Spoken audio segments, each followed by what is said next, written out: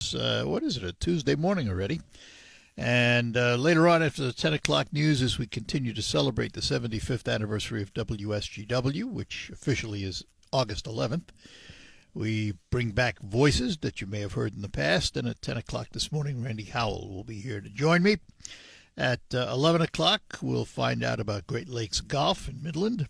But for this hour, we're going to turn our attention to something that will be happening later on this year, and that is is it this year or next year? Next year. Yeah, that's what I thought.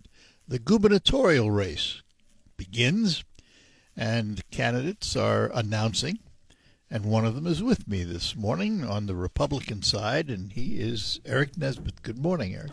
Hey, good morning. Glad to be on with you, and thanks for having me. Well, thanks for being here. We appreciate it. So I do have to ask, I guess, why? Why are you running for governor? Well, I think Michiganders deserve so much better than what they're getting out of Lansing right now. And as somebody that grew up on a sixth-generation dairy and grape farm, my family's been here in Michigan for nearly 200 years now before it became a state. And so I believe in Michigan. I have a young family. I have a 5-year-old daughter. I have a 3-year-old son. There's a third one on the way. Whoa. And so we're within the 3-week period right now. And so if I get a double call, I need to dash out back home. You'll know why. But it's the future of our kids. Let's be honest. As you look at it, when 3 out of 4 fourth graders can't read at grade level, when 3 out of 4 eighth graders can't read at grade level, when our local roads are still falling apart, when we're losing population to other states, and I hear time and time again that small business owners and farmers can't get the permits they need to invest and grow here in Michigan, something's drastically wrong. And I think the last six years under this governor, we're not heading in the right direction. And there needs to be some strong leadership. We need to shake up Lansing. We need to shake up these departments. And as I look at it, with my background and my history, that I'd be able to get things done for Michiganders. Unlike several of the candidates that are coming forth or will come forth, you're not exactly a household name. You may be well known in Lawton, but wherever that is. How do you plan to get that Nesbitt name out there so that people know who you are? That's why we started early, and that's why I'm on your show right now, and that's why we're working to engage people around the state. Michigan's a very diverse state. President Trump showed last year that if you engage Michigan voters early and you engage the diversity of folks around the state, that you have the opportunity to listen to them and then build up the plans to be able to represent them. And so that's something where is we look at it is that I've been blessed by the support that I've been getting from around the state. Folks been stepping up both financially and support. I've already have I think about 15 sheriffs around the state endorsing me. A lot of times these county sheriffs, they know that people haven't had their back the last few years after the protests in 2020, and I'm somebody that's going to have law enforcement back, going to have small business owners back, and I'm going to have our small farmers and families back. And there's somebody that I think from my experience and background growing up on a farm, working class family, going to Hillsdale College, having to work my way through college, that I'm somebody that's going to work to let's just get back to basics. Enough of this stuff that you see out of Lansing with the bureaucracy, with this wokeism, that I think as I look at going into taking over the governorship, we got to, as I say, we need to doge the state day one, look at our efficiencies and effectiveness around it. We need to work on ways to roll back the income tax that Governor Whitmer and the Democrats increased. Our auto insurance rates are way too high. We need to go to what I call a tort system like Ohio has. Ohio is one of the lowest cost states on auto insurance. And we need to get serious about permitting and allowing businesses to grow and prosper so that people have opportunities here in Michigan. The next generation has opportunities to stay here in Michigan. So what's your background? Start with education and move on from there. Yep. So as I mentioned, on a family farm, dairy, grapes, row crops. My sister still does the beef and hay, and my brother still does the row crops there. I worked my way through Hillsdale College, did my degree in economics, graduated from the same public high school that my brothers and dad and grandfather graduated from. Worked for a few years, and then I did a master's in international business. Worked for a while on with a group that was fighting for more transparency and openness in state government. I think that's become the words of the day: transparency and openness. Well, but it's not just. It shouldn't be words of the day. It should just be some honesty and upfront, right? And I think there's a lot of distrust that's out there with government. There's a lot of distrust with folks in politics. And a lot of that's, I think, earned because I don't think people are honest and forthright with I think the citizens or families across the state. That sometimes it takes really strong leadership and political will to get things done. And I think a lot of what I've seen over the last 6 years from this governor is somebody that cares more about public relations than necessarily getting the job done and actually working on the important issues that matter here in the state, such as infrastructure, such as manufacturing jobs, such as actually getting back to basics in the schools and caring more about how our students are reading. Is this your first foray into politics? So I served in the State House for 6 years. And so I came in 2010 after the lost decade when we had double-digit unemployment rates and $2 billion budget deficits, got to work and balanced budgets, cut the personal income tax rate, and worked to repeal about 2,200 rules and regulations. I'm currently the Republican leader in the Michigan Senate and working to fight every day for hardworking Michiganders, and that means we've introduced legislation and plans that would create accountability and choice in our public education system, try to raise the bar, raise the standards. Eric, let me ask you this. Because there is now split leadership in the legislature, have you seen a change in tone in the way Democrats now deal with the Republicans? I think you see a change of tone from the governor, but I haven't seen a change of tone from the legislative Democrats. And it's beyond tone. I think it's actions that matter. Well, absolutely. Yeah. And last week, House Republicans passed a $3 billion road package without a tax increase, making sure 100% of the taxes you pay at the pump actually go to roads, that we stop a lot of these business subsidies and actually put into roads and bridges, use the surplus, that's the $900 million surplus, put that into roads and bridges. And they also, and I think something like that is a real plan that the House Republicans put forward. It passed in a bipartisan way. I think there was about 9 Democrats that ended up voting for it. It's in the Senate now, and my hope is that we bring up that plan for an actual vote. See if the votes are there. What's the likelihood? I'm concerned that, like when you were in college and you had a paper due the next day, you didn't finish it the week before. Or the night before. It's usually 7 a.m. and all-nighter in the morning. And legislators are kind of like the that same way. Why do today what you can put off till tomorrow? And my concern is that if we have a possibility of passing a real roads and infrastructure plan, that'll likely be done along with the budget later on. I haven't seen from the Senate Democrats this year a willingness to get back to solving the problems that Michigan voters are facing. Instead, they've doubled down on the same issues that they lost last year's election on, whether it's open borders, this talk on, democracy, abortion. Like, people want real problem solved, such as the cost of living, our local roads fixed, and our education standards raised. They're getting their clues from the Nationals because they're doing the same thing. I mean, it's the same hash over and over again, and it's what they lost the election on. Well, I talked to, I have a buddy of mine I went to high school with, union, trade union guy. We go target shooting on occasion, and I'd say a bit more of an old school Democrat, somebody that, and he voted Democrat. It's how he votes, right? And he's somebody I bounce ideas off from Sure. and talk to. And the day after the election, he texts me, he goes, "Do you think my party learned anything?" And the answer is no, And unfortunately. I said, "I'm afraid," it goes back to your point on tone. I go, "I'm afraid they think it was all messaging. It wasn't actual policy." Yeah. And last year, I think voters talked about enough of this craziness with the open borders, right?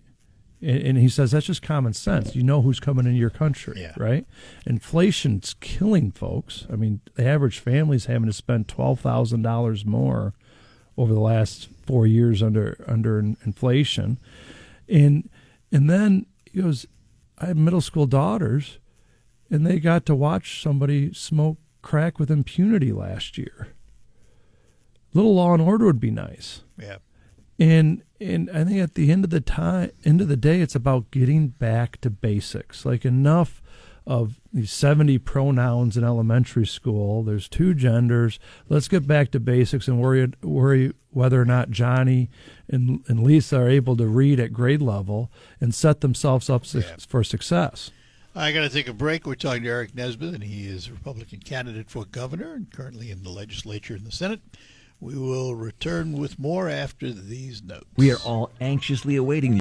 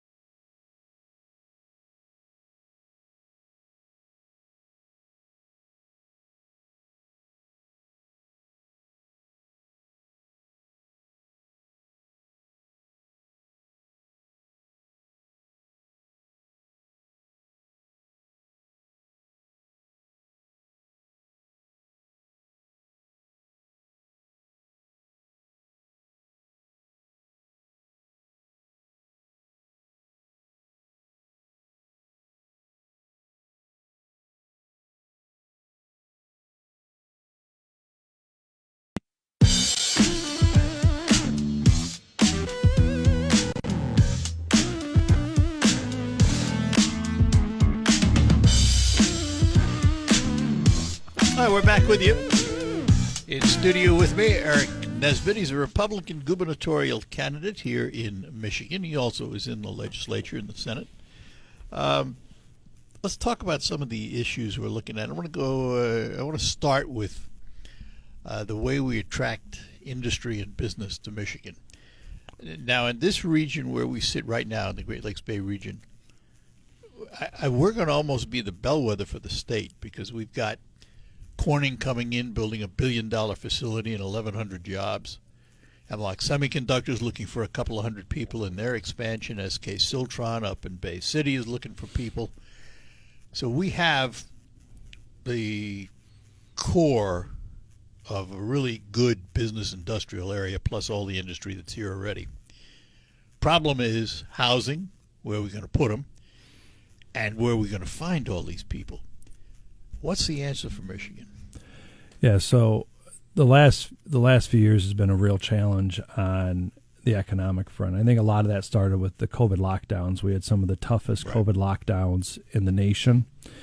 And you saw businesses that were operating in Indiana and Michigan or Iowa and Michigan. A lot of these manufacturers long term is saying, I wasn't allowed to operate for a while here in Michigan, whereas in these other states they were never shut down. I think that gives a bigger challenge than we know.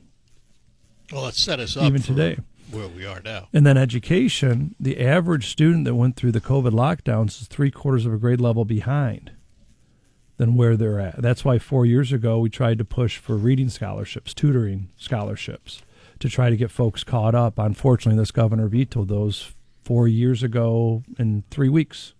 3 weeks and 4 years ago. And so I think as we look at going into the future, is that how do we empower individuals and entrepreneurs to invest and grow jobs around the state. Because the last 60 years, Michigan and a lot of our urban core centers have gone through devastating times. I mean, unfortunately, you look at Saginaw, you look at Flint, you look at downtown Pontiac in Detroit. There's a lot of land and area that can be redeveloped. A lot of these brownfield areas that need to say that already have infrastructure that's there. How do we create the policies, tax, labor, regulatory policies to say we're open for business? And I'm afraid the last 3 years, when you raise the income tax by $100 million, like what Governor Whitmer did and the Democrats, when you increase unpredictability and permitting, the governor in her State of the State 2 weeks ago said the states do a horrible job with permitting and licensing. She's been appointing the department heads for the last 6 years. Yeah. Where you been? Well, it's kind of like an arsonist that calls the fire department. It's like the house is on fire. And I have example after example where you go to Muskegon, you have developers in Muskegon ready to put in hundreds of millions of dollars. They're waiting for permits from the environmental regulators. And it's not about a subsidy, and it's new housing, it's condos, it's apartments, it's new marinas, right? And so much of the time what I see is the holdback for a lot of the investments. I mean, if electricity follows the path of least resistance. Capital follows the path of least resistance. In the last 3 years, what we've seen is this economic garden in Michigan. I'm afraid this governor and the Democrat legislature has taken Roundup to it, and now they're trying to offer huge cash benefits to some of the largest, most profitable corporations in the world. As they killed off the economic garden, now they're trying to transplant it through corporate subsidies. And we need to just get back to basics. Lower taxes, more predictable, less regulations, predictability in permitting, in fixing our infrastructure and fixing our education structure. Just back to basics. And I look at it, it can take upwards of 2 to 4 years to build a new apartment complex, a new housing development, from an announcement to shovel in the ground. Why should it take, if you have the financing and you own the property, why should it take more than a few months? Yeah. And I think that comes down to leadership at the state level to say we're going to create predictability in our departments for folks that want to invest and grow here in the state of Michigan. Let me ask you, Eric, about one of your opponents. Going to be running as an independent, the mayor of Detroit, Mike Duggan. He did seem to find the development answer. He seems to have created a ton of development in Detroit.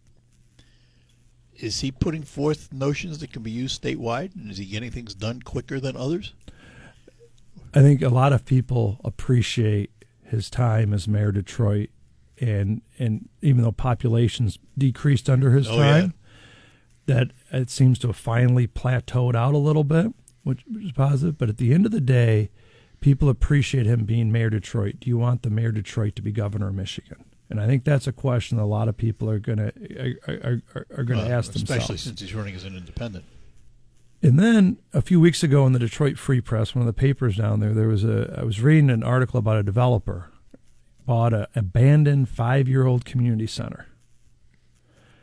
It's been abandoned for 5 years. Wanted to put in 49 new apartments. $18 million investment, from what I understand. And the zoning board was blocking them from having that redevelopment happening because folks were concerned with traffic in a city that's lost 1.6 million people over the last 60 years. We got to get back to a positive growth agenda here in Michigan. My sister lives in the city of Detroit. She lives in one of the neighborhoods. I think there's something where you've seen the regrowth of downtown. You got to go back and look at how do you redevelop and grow the neighborhoods. And this is something where you mentioned housing. I think so much of that has to do with how do you provide permitting, zoning, and planning to allow folks to invest in housing in a lot of our cities and refill some of these cities that have lost so much of this population. But there's a word missing from housing today: affordable. At 300 a square foot plus, Yep. It's tough to build a starter home anymore. Yeah, it's a difficult task. Well, and that's partially because of the regulations also that are on the books, is that it's not very easy to build a quadplex on a plot of land or a duplex, or like if instead you're having all this pressure on some of these farmlands and in other areas. How do you redevelop some of these cities that have lost so many people? There's room for them, but you got to have innovative ideas to be able to grow that. I predicted, and I don't know how accurate it's going to be, but I predicted we're going to see a lot more rental development, apartments and things of that nature, because the cost of a home, where you used to be able to get into let's say a 1,400 square foot starter home, you could get into it for $150,000. Now it's 3.5, 4 or more. And the answer's got to lie in multi-use type developments. It just doesn't seem to be feasible that we're going to build a lot of these starter homes. Not today, anyway. Not with the money the way it is. Yeah, I mean, there has to be some innovative approaches on whether they're single-family condos. Yeah, how you do it. What's the answer? I don't know. Hang on, I got to take a break, and we'll be back with talking to Eric Nesbitt. He is a Republican candidate for governor here in the state of Michigan. Take a moment to talk about Quick Lane Freeland, right next to my car dealer, McDonald Ford. Quick Lane Freeland is your one-stop for everything routine maintenance for your automobile, from tires, brakes, batteries, oil changes. And by the way, they don't just work on Fords. They work on all makes and models of cars, keeping them in tip-top shape. Now, for the past couple of months, you've been hearing me talk about tires, because they are selling new tires for just $5 over cost. How can you do better than that? Stick around and I'll tell you. But these are brand-name tires. They're not off-brands. These are names like Michelin, Goodyear, BF Goodrich. So I said, you can do better than that? You can, because some of these tires come with an additional $60 to $100 in rebates. There is extra for installation, including balancing and lifetime tire repairs. You can enjoy their wonderful customer lounge with free internet, free ice cream bars waiting for you at Quick Lane Freeland, right next to McDonald Ford. And if you're in the market for a new or previously owned vehicle, take a look at the large inventory of vehicles waiting for you at McDonald Ford. Quick Lane Freeland, right next to McDonald Ford in Freeland. It could be the best years of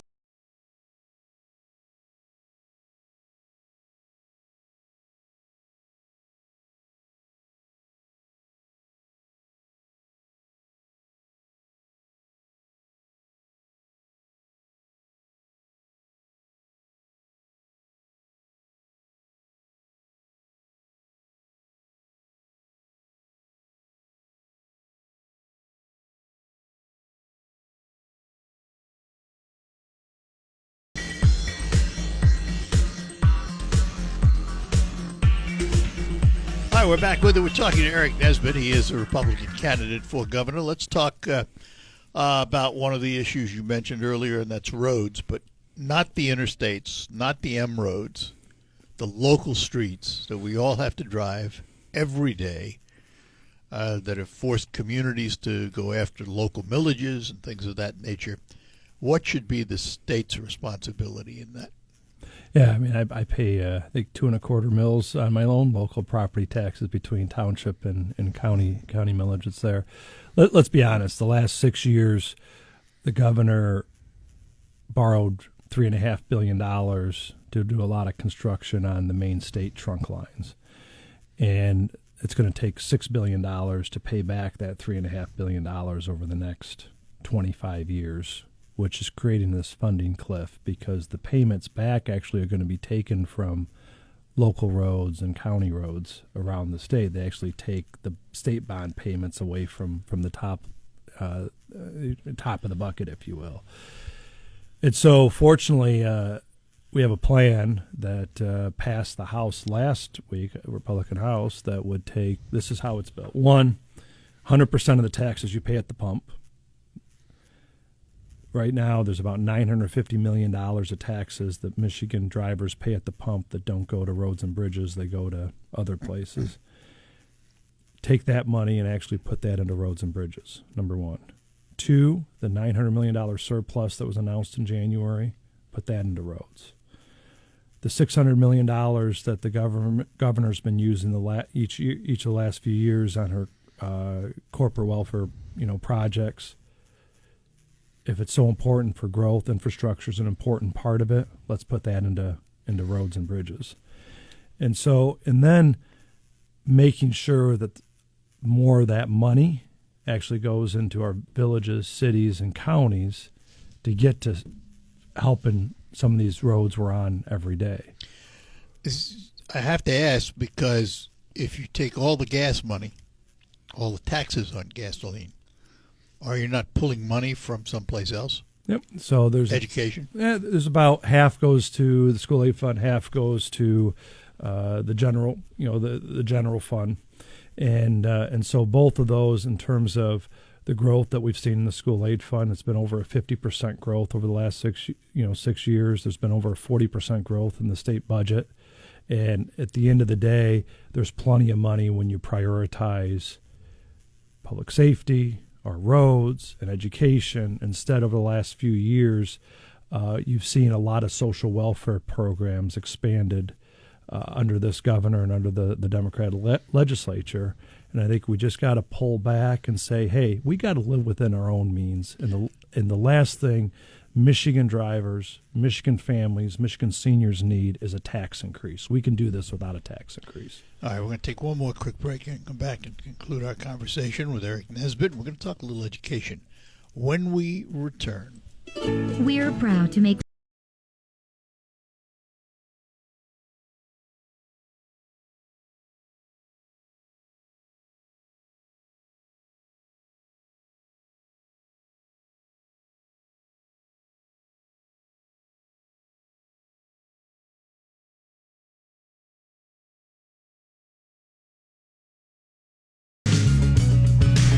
We're back with you. Final segment with Eric Nesbitt. He is Republican candidate for governor. I want to talk about education before we get some other things. We spend almost more than anybody in the country on our education, and yet we rank near the bottom of the pile. Where's the disconnect? Yeah, end of the day, 3 out of 4 fourth graders cannot read at grade level here in Michigan. And it's worse when you get into poor rural, poor urban areas. 3 out of 4 eighth graders cannot read at grade level. And if you're going to set students up for success long term, you got to have the basics down. Reading first, math, writing, if you're going to be able to excel in whatever career field you're going into. The old reading, writing, arithmetic. Back to basics. And it's about accountability, and it's also about empowering families with choice. And I think it's the two of those, is that the last few years you've seen a lot of the accountability measures on third grade reading, on simple letter grades for schools in terms of achievement, on having seen the growth that teachers that provide for students. Where do they come in and where do they leave? Provide some accountability there, but also empower the families and the parents to be able to have choice on where they send their students to school. To me, that's the critical issue, is how you get the parents involved, not just on choice, but if they're in the public school, they're in the public school. That's fine. But why do we not have parent involvement anymore like we used to? Yeah, and there's a wider cultural issue, but there's also, I think, a point when government says, no, they're ours when they're in the school, they're not yours anymore. And I think that's nonsense. It's ridiculous. Let's get back to basics. Instead of having 70 pronouns that people are having to learn, let's get back to basics. And the same thing with high school. Is you look at it, 20-some years ago, passed what's called the Michigan Merit Curriculum, and I think it's done a disservice to the state of Michigan. It says it's built for everybody to go to college. Universal. Yeah. And I think each student, each person has their own spark with what they're passionate about. My oldest brother, he did diesel mechanics at the Vocational Education Center his junior year. He worked at a tractor implement dealership his senior year. And he had job the day after he was done without a day of college, and a good job, right? I tell people all the time, I mean, have your son and daughter become a welder. They'll make more than the college graduates do right out of the box. And there's a huge need. And there's a need. Plumbers, electricians, builders. And so let's create pathways. So one, get back to basics, have good accountability, good choice, and provide those wraparound services and tutoring and raised expectations.